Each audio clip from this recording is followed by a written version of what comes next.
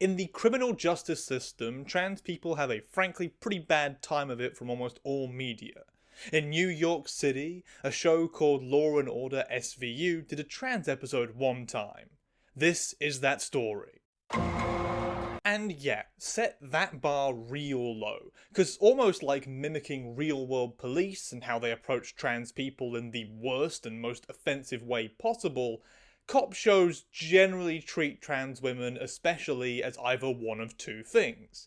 Firstly, a villainous monster and killer who did what they did in large part because of the nature of being transgender, or secondly, as a poor victim whose life was just one big nightmare till they died, and you should feel a huge amount of pity for their transness. Those are the major aspects of transphobia to keep in mind here as we go into Season 4's episode 21, Fallacy, from way back in 2003, which is admittedly another big thing to put on the pile of warning signs that this might not be the nicest trans episode I've ever covered on this channel. On that note, here's a trigger warning, because this one really does kinda need it.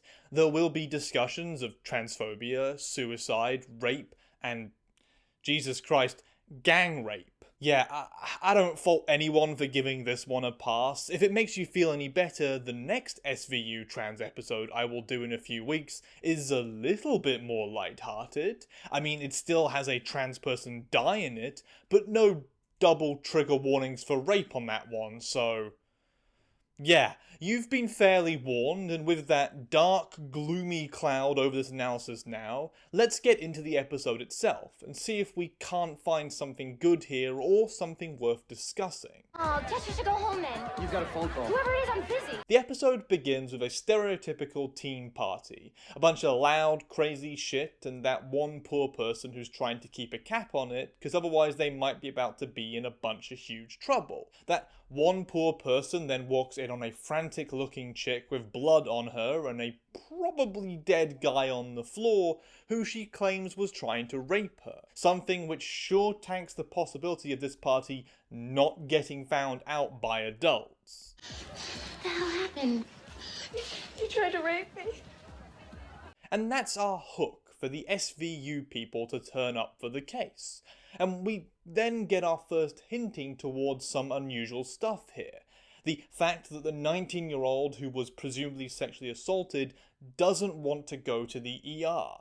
Something that makes the cop on the case assume that she wasn't actually sexually assaulted, because I guess she doesn't want to use one of those rape kits. Although, frankly, from what I have seen and heard of the policing system, those bastards don't even need a good reason to doubt survivors. Well, sounds like you think she made it up. Well, her blouse was torn and her face was bruised. One of our lead SVU characters, though, Olivia Benson, tells the cop off for this, saying that, weirdly enough, a person who just had someone attempt to rape her might be traumatized and not ready to be poked and prodded in the interest of proving it.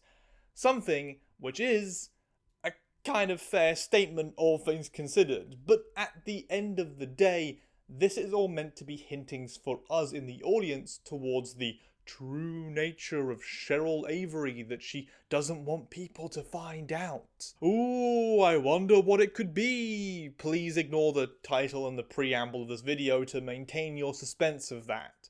Olivia Benson then finds out that the victim has done a runner, because of all the aforementioned reasons to not want to talk to the police. And yet again, I do sort of get it. The cops are terrifying, and oftentimes not on your side as much as their propaganda would like to claim that they are.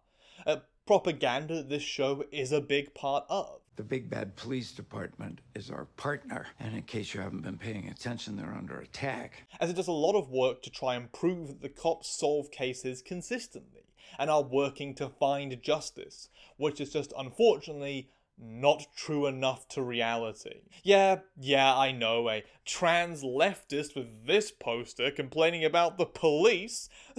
What a surprise. But come on, you knew what you signed up for, and if you didn't know, then please I don't know, go and look at studies on police effectiveness and cases of recidivism in criminality to see why maybe the US justice system could do with some major reform and not continual massive budgets for the cops to spend on military-grade gear. Police departments got assault rifles like M16s, armored trucks, and even grenade launchers. The SVU squad discovers through some detecting that the guy Cheryl had killed, a dude named Joe, was a bit of a hound dog, a real flirt, a serial sexual harasser of women, and that Cheryl was dating Joe's brother, who Joe had an argument with that same night. Oh, the plot! She doth thicken with questions of what they were arguing about. Surely nothing related to that whole trans cloud hanging over this affair. Why were you and your brother fighting? No, he's a punk. He treated women like dirt. The cops go and talk to Eddie, who is... Wait a minute. Isn't that Ash from Supernatural? Holy shit, it is Ash from Supernatural. Sorry, I'm rewatching the show right now in the interest of possibly making a video about queer representation within Supernatural. Spoilers! Not good. You gotta go be gay for that poor dead intern. You gotta send him into the light. I hope that Eddie doesn't turn out to be some massive transphobe, because I kinda like Ash as a character, and cross-character conflicts can really affect media consumption, you know? Eddie talks more about the fight that happened, gives us some info on why he doesn't like his dead brother, and also defends Cheryl before the cops lean on him a bit to tell them where she is, because currently all that has happened is that she ran away from the crime scene, which I believe the police are not particularly a fan of. She ran away. That looks real bad. Cheryl explains when they find her that she ran away because she was worried that they wouldn't believe her, and then she finds out that Joe died, and she spins a little story about how he approached her in the bathroom, grabbed her breasts, tore her shirt, and punched her in the face before she accidentally pushed him off and he smacked his head on the bathtub. So far for the SVU unit, this all comes across as pretty cut and dry stuff in their own words. Joe was found to be high on meth. The descriptions from people at the party indicate that Joe was a problem around women, and if he was assaulting Cheryl, as the evidence kind of shows that he did, then it was self-defense, and this whole thing can be pretty swiftly wrapped up. So Joe's a habit of getting high, abusing women, and his own brother thinks he's a hump. And yet, there is another 13 minutes of episode, because we hit the first hintings towards a twist. The hintings being that when Joe was dying in the ambulance, he muttered, "Get Eddie, get Eddie, he did it, he did it." A situation that pushes the cops towards believing that Eddie might have some more involvement in this than we have so far been led to believe, but pushes us in the audience to suspect that maybe when Joe was dying he might have been doing a little bit of that old misgendering. All of this bullshit continues for a period of time as the cops try and grill the suspects into confirming what they believe to be true. A bit of proof actually about how the police have an idea in their mind and use what effectively amounts to torture to try and manipulate suspects into affirming that belief. It's a fucked up system. Perez spirals further. Eventually, Perez Jr. makes a false confession. However, all this confusion about what really happened and what went on leads the cops to actually push for finding out some DNA evidence.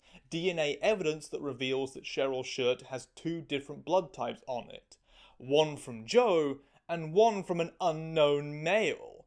Do you see where this one's going? Two different blood types, both male. One matches Joe, the other's unknown. So it's gotta be Eddie's. It's not. Well, I'll tell you first and foremost something about this. See how having incorrect medical records that don't update for the gender transition of trans people can lead to some confusion legally speaking.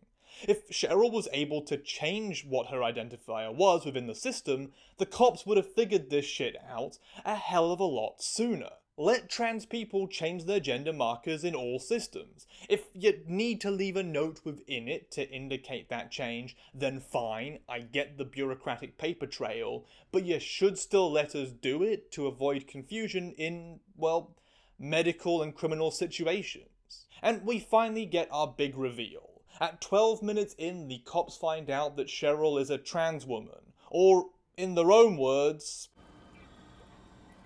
Cheryl's a man? Yeah, I love shocked faces and misgendering from police. That really sets the tone well. And then it only gets worse, as a room of SVU cops just lay into Cheryl, talking about her presumed pre-op status, as well as Olivia Benson, the heart of the unit generally in these episodes, the nice cop, saying that she has met plenty of trannies, but that Cheryl is amazing, presumably because Cheryl passes so well. I've seen plenty of trannies, but she is amazing. She's gotta be taking hormones. You know when people talk about things not aging well? Oftentimes they're referring to negative situations or bad jokes that don't land nowadays, but I would say that this is a whole new low of not aging well, because it's literally the good character of the group using an incredibly offensive word, and then basically straight up implying that trans people are so not whatever they try to look like, that Cheryl existing is impressive for how much she manages to look like a cis person. Yikes, yikes, yikesy yikes. Oh, and of course they imply that maybe Cheryl is only transitioning for sex worker purposes. Because when you've already started sinking like the Titanic, it only makes sense to continue copying it and snap the fucking boat in half. Boys with breasts get more money on the street. Yeah, don't make her for a pro. She's got a straight job. When we talk about terrible stereotypes of trans women in media, when we discuss these monolithic representations that lean into views of our community as horrifying, manly freaks who transitions for all the wrong reasons, it's these kinds of shows that so casually throw out this rhetoric with no pushback or differing opinions in the room which support that general audience conception, which build the worst versions of us in people's heads as the norm for our community. We still have 28 minutes to go, and I know that it gets so much worse, but already there is enough transphobia crammed into this past minute to make what happened here a huge fucking problem. They then go and decide that they need to out Cheryl's secret, and that the best way to do that is by breaking her boyfriend Eddie. Yeah, fuck it, sure, that can't be a terrible idea. The way they approach this is weird as shit though. They just, tell Eddie that they don't judge him and that what he does in private is his business. And yeah, sure, really non-judgmental sounding shit right there. But that he should tell them about Cheryl. You didn't tell us about Cheryl, though. What about it? Which he doesn't understand what they're asking for because they're asking it in the most goddamn fucking evasive way possible. And I will put this here right now. Everybody on the police side consistently keeps kind of referring to Cheryl as a man from this point onwards. And I know, different time. But still, other shows at the same time were doing it better and being more kind of how they talked about trans people. Shit, shows from decades before this episode were being nicer. I know that because I've covered them. So actually, I disagree on that point entirely. Misgendering and dead naming is always transphobic, and I'm not going to just pretend that it isn't because it was 20 years ago. I'm talking about Cheryl being a man. It then turns out that Eddie doesn't know that Cheryl's a trans woman, and freaks out a bit, and then the cop tells Eddie that it's not his fault because Cheryl had them all fooled. Do I have to say it here? Do I have to explain why describing a trans woman existing as themselves is not fooling people? Yeah, sure, you could argue that Cheryl being stealth and not telling anybody her status is in some way deceptive for a partner, but she isn't being deceptive about being a woman, as these people in the show are getting at. And maybe from all the responses so far, we can sorta understand a little bit about why Cheryl would want to not be identified as a trans person. I want to spend my life with her. What do you...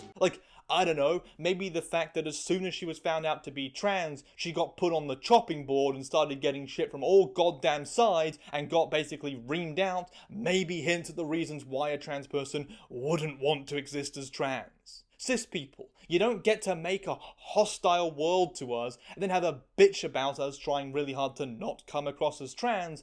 That's just cruel. Eddie then walks out to go and see Cheryl and confront her, which I think maybe the cops should stop, because, he's in a really bad headspace with this revelation, and what if this gets violent? I don't know, what the fuck are we doing here, police, apart from, screwing the trans person over? Say something. Then Eddie sexually assaults Cheryl by grabbing her groin to prove that she's actually a man to himself, which is fucked up.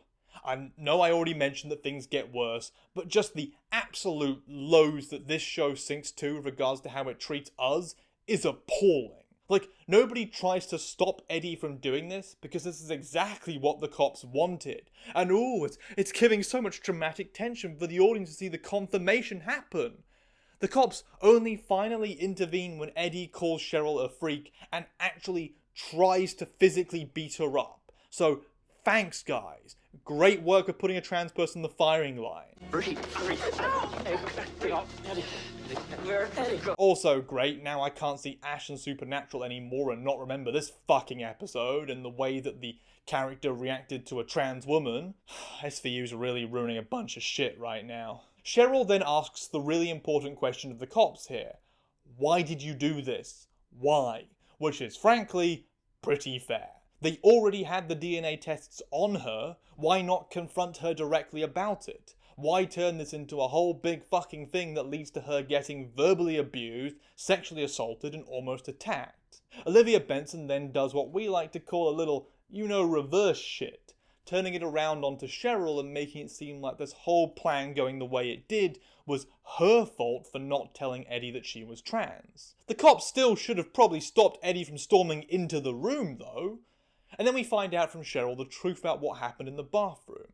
That Joe found out she was trans when he tried to assault her and was going to go and tell Eddie, and so Cheryl freaked out and hit Joe with the vase and accidentally killed him. All of which apparently removes the self-defense argument and puts Cheryl into a pretty dangerous place from a justice side of things, though Joe still assaulted her, so I don't know. Well, none of this changes the fact that Joe still tried to rape her. She's got the bruises to show for it. There's more consolation for Eddie, because of course the real victim here is the guy who thought he was dating a woman, when in reality he was dating a trans woman, and as far as the show and audience are concerned, that's basically the same as a man, so probably a little bit of homophobia in there too at a subconscious level as well as all the transphobia. Then Eddie collapses from that heart issue. We find out that he took a bunch of his meds, and then he dies. He was pulseless for 10 minutes. I pronounced him at 18:15. Is SVU really saying here that dating a trans woman is so bad that it kills two guys? One from being murdered by her to keep her secret, and the other basically killing himself because of finding out that he kissed a trans woman? Because that's the kind of rhetoric that I'm not going to say has explicitly led us to where we currently are as a society with regards to treating trans women as effectively monsters, but it's certainly doing the work to support that logic. And there's still like 20 minutes to go. This whole thing can get worse, and to be honest, will. We have all that time to let the cops blame Cheryl for everything and to really lay out the morals of why Cheryl is the problem here. We begin the work of doing this by having her lawyer be a publicity hound who is using her status as a trans woman to get more screen time, by arguing that society's prejudices are what are really pushing this case and affecting the judgment of those involved. Absolutely not. This case is entirely about society's prejudices. All of which are kind of fair statements, considering the reactions of everybody to Cheryl so far, but the lawyer is someone that we're meant to see as a bad guy, so everything he says is tainted by his association with it. The guy literally says something which I think is really important to note here, that a big part of his case is that when Joe would have told people the truth about Cheryl, it would have put her in intense danger, alongside this very accurate line. We both know what people do when they find out the truth about the transgendered. They kill them. Thank you, Mr. Asshole Lawyer, for sort of being on our side. We don't get many people in these cop shows, so I appreciate everyone who even kinda just says stuff that's right.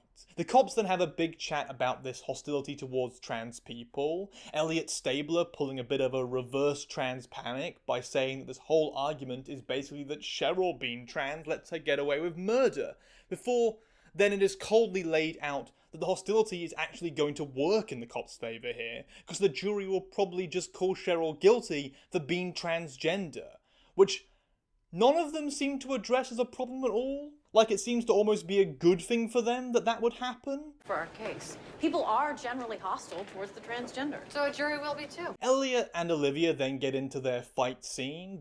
They get one in basically every episode where Elliot's hardline asshole macho cop goes up against Olivia's more sympathetic and understanding view of suspects and victims, as Elliot is basically denigrating the entirety of Cheryl's identity and her past, which Olivia calls out as him seeming like he maybe has a bit of a problem with Cheryl. Elliot then says this line, in case you thought this show was about to start being nice to us. My problem is this he shit and her life. And Olivia doesn't really push back on it that hard at all, so I guess fuck trans people is the SVU message here, and that's a message that will only get more clear.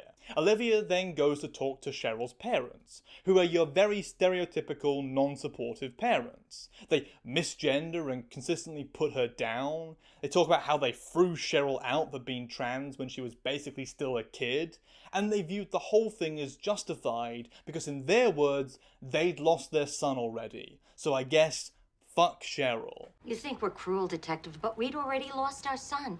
There was nothing else we could do. That's the kind of supportive family that I imagine is far too familiar and real for a lot of trans people to see in media. Olivia gets reamed out by the parents for calling Cheryl she and using the right name, which leads to Olivia then conceding to the parents and just joining in the misgendering and the dead naming. Cheryl doing school, does she ever have any fights? Charlie! His name is Charlie. Was he ever violent, Mr. Avery? Look, I don't know what to tell you at this point. If you think the trans community is gonna get a defense at any point in this show, or some satisfaction here, or maybe even just a tiny little bright spot amongst the murky darkness, then you are far too optimistic as far as I'm concerned, and you should probably be lowering your expectations really, really fast. We learn that Cheryl supposedly beat a kid with a baseball bat from the parents, only for Olivia to then learn from Cheryl's sister that the parents are complete assholes, and that this younger sister is still in contact with her, and that the baseball situation was Cheryl defending herself from the baseball team who chased her down and threatened her life. She cut through the field one day after school. The baseball team saw her and chased her. Making that whole thing seem a little bit more self-defense than the parents put it. We also learn that Cheryl was constantly getting attacked by the other kids at school, so much that she went to the hospital 3 separate times, and that her life was basically just non-stop torture, effectively from just being who she is. And that brings me to the other thing that a lot of these cop shows do, and that's that point from earlier that if they don't make a trans person into the monstrous villain, then they oftentimes make us into the pathetic poor victim, whose life was so bad that all you can feel is pity, and there seems to be no light at the end of the tunnel or hope. And both of those stereotypes are bad in different ways. Both of them build a case that really tells trans people watching, or the family/friends of trans people watching, that they should not transition.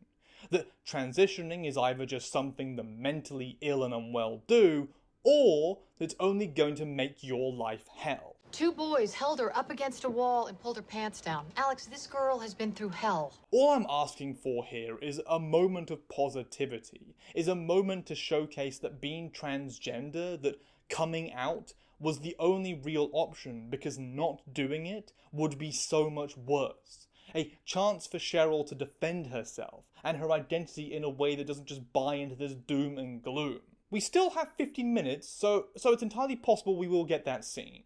And my father caught me putting on my mother's makeup. Well, he beat the crap out of me and he called me a pervert. We then get a psych evaluation with Cheryl, where she explains her identity, explains how she feels, explains how she fought so hard to not transition, but ultimately found that she couldn't change who she was, and that no matter what she dealt with, who she was remained the same.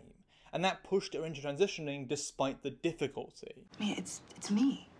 It's how I feel, and I can't be anything else. Okay, a bit of time with a trans person and a slightly sympathetic ear that lets her talk about it is doing some work here to lift SVU from the gutters. Happy to see that we get this connection, and hopefully this moment in particular is one that any trans person who watched this connected with. And well, actually, I think I'm going to leave the rest of that statement till the end, because let's face it, If you connect with Cheryl and then find out that her story has a sad beginning, a sad middle, and a sad end, I still don't see why that would make you want to transition. If anything, surely that sort of thing would make you dig even deeper to find the willpower to remain in the closet until you inevitably burn out from depression or kill yourself. Dysphoria be like that. Sorry, it's hard to keep up my usual high energy criticism when it's just overwhelmingly dire and sad shit. The psych evaluation ends with BD Wong coming away, also on Olivia and Cheryl's side, that Cheryl only ever responded with violence out of self-defense, that Joe had just beaten her and attempted to assault her because of who she was, and was going out of the bathroom to tell a whole room of drunk cis people that she was trans, something which, yeah, probably would have led to her getting horrifically attacked and maybe killed. But Joe was gonna tell him, right? I saw fists punching me like all those times before. Our DA then agrees to drop it from murder to manslaughter, only for Cheryl and the press-hungry lawyer to still want to go to trial, because in the lawyer's words, he is here for a cause, and that cause is to try and change society. He literally says a bunch of rather progressive shit in this statement that gets sort of dismissed because of the perception of him as a guy who likes his face in the paper and who is only using and exploiting Cheryl. To see your face on TV? Gender is not always binary. People are afraid of what they don't know. You're here for yourself. Cheryl and the DA lady then meet at a cafe, away from her attorney, so the DA can try and convince her that her lawyer doesn't have her best interests in mind, and is using her as a sacrificial lamb to boost his own career, and that her best bet is to take the deal that she is being offered. We then learn that Cheryl was never informed about the deal at all, and yeah, it's a shame that the only person who has said any of the really positive things about trans people and the modern gender theory stuff that more people should really be aware of is sort of a bad guy who we shouldn't trust. It poisons everything related to him and everything that came out of his mouth. It associates our community and our struggles with the guy that the audience doesn't like, and is therefore subtly putting us down. That you're willing to serve up your client as a sacrificial lamb? She could spend the rest of her life in prison. Law & Order SVU is hitting us in every way possible at this point. It truly does do all the work necessary to hurt the trans community and to cement transphobia in the status quo. The only positive thing I can really say so far for the show, and that I will say now because it would be crazy to bring that up and then not mention it, is the fact that Cheryl is played by a cis woman, Catherine Monick, who is a renowned lesbian actress involved in playing a lot of queer roles that straddled the androgynous line. The fact that Cheryl is played by a woman, at the very least, gives off the indication that a trans woman can be played by a cis woman, and that is not so impossible an idea that audiences would take umbrage with it. Admittedly, Cheryl is positioned as this radical outlier for passing that would make it crazy to have a man play the role in the narrative, but at the end of the day, I have to try and find something good to tick off. Still worse than having a trans person in the role, but better than having a man. Cheryl gets stuck in this awkward lawyer fight as she is pushed between 5 years in prison, guaranteed, or the possibility of 15 years with a chance that the jury acquits her based on her story, and ultimately the fear that the innate bias towards trans people would condemn her is enough to push Cheryl to take the deal. You think we'll lose? You're not guilty, Cheryl. Answer her question. Look, she's trying to scare you. I'll take the deal. Unfortunately, Cheryl then learns some more details about this plea deal that kinda transform her opinion on it, and how she felt that maybe getting stuck in the middle of an argument that backed her into a corner of fear wasn't the best way to make a huge decision like that. And Cheryl talks to Olivia about how Cheryl is in Rikers at the male prison as a trans woman. You pled guilty. You knew that you were going to prison. I'm a woman, and they put me in a cell with men. In a cell with men. You do the math on how this is going to end. Olivia blames the lawyer for this because he didn't mention during the whole time the plea deal was being processed that Cheryl was going to go to male prison. And we get more confirmation that the lawyer guy is basically throwing Cheryl under the bus to further his own career in the aims of making this some kind of big civil rights case. A civil rights case that is going to be dependent upon Cheryl basically suffering. There are no winners here, the only loser is trans people, as Cheryl and Olivia get told that there is no help, that she cannot be moved because her gender is defined by genitals in New York, that she's basically just fucking boned because the legal side doesn't give a fuck about the medical situation or the social situation or the endangerment of the trans person in this situation. The medical community would side with the defendant in the matter of her gender. This hearing is not about the politics of gender. It's about where to house him. Cheryl is literally told by the DA side that she should just stop taking hormones to fix the problem, because the DA side is A, incredibly fucking cruel, and B, incredibly fucking stupid. You think stopping taking hormones just magically detransitions you? Shit doesn't work like that. And I wish the show made that more clear here, rather than move on from it with no real comment and act as if that is a true statement. Cheryl gets given a binary choice that sucks. Hey, wow, look at that. It's almost like a commentary that I don't actually believe the show intended to do on the reality of society based off the lack of subtlety so far. As she can either go off hormones or she can go into protective custody, which would be almost permanent no human contact for 5 years in prison. I'm generously giving your client the choice. Either stop the hormones or go into protective custody. However, a third option does appear from the DA lady, who points out that they haven't gone to trial yet, which means they can vacate the guilty plea and go before a jury still. And then we get some more commentary on the fact that if Cheryl had been born a woman, she would be easily acquitted for what happened to her as self-defense. Because remember, Joe did attack her and try to rape her. And then ultimately it is her status as a trans woman that she is going to be judged and declared guilty on. You know, if Cheryl had been born a woman, a jury would have no problem acquitting her. What do you care what sex she is? Something which a few people in the show are starting to realise is maybe not how the system should work. The trial happens, it's a big ol' sob fest that brings up everything we've talked about so far, and the DA lady really does her job of dismantling all the arguments that come up to try and defend Cheryl, that try to help her get acquitted for what happened.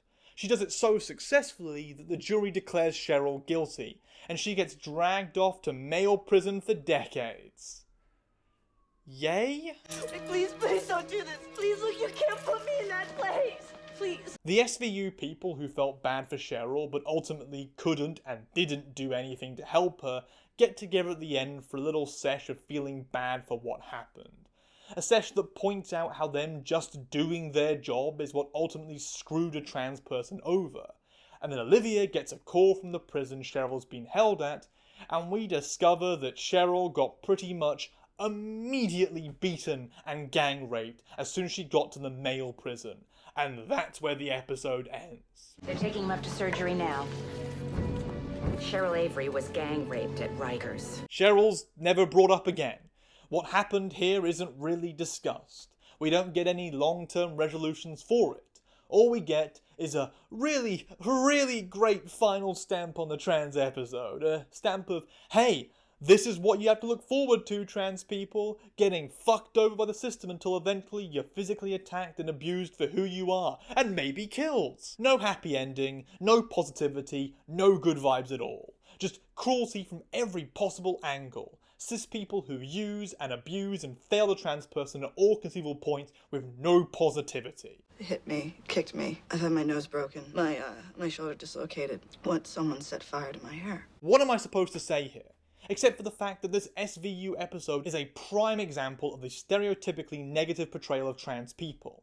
Even when we are meant to be a sympathetic character in the storyline, we get insulted and mocked and torn down, and there are no real moments that give the audience anything for us to work with in a good light. The cis audience gets taught all the wrong ways to react to a trans person existing, and then gets a big old dose of pity dropped on the plate at the end. And the trans audience gets some massive indicators for why they should not be openly trans, because what happened to Cheryl could very easily happen to them. I'm sorry. Just help me. He's not entitled to special treatment, and I can't put a man in a woman's prison. Cheryl Avery was gang raped at Rikers. This episode is basically a veiled threat. covered in misgendering, dead naming and slur words, lumped into a medium that occupies your casual time when you're relaxed and your brain just filters information straight through into the subconscious. I have nothing good to say here. The best thing that could have happened for this SVU trans episode is for it to never have existed. And despite the claims that this was in the long ago past of like 2 decades ago, firstly, that isn't that long at all. Plenty of people watching this video were alive when this episode came out.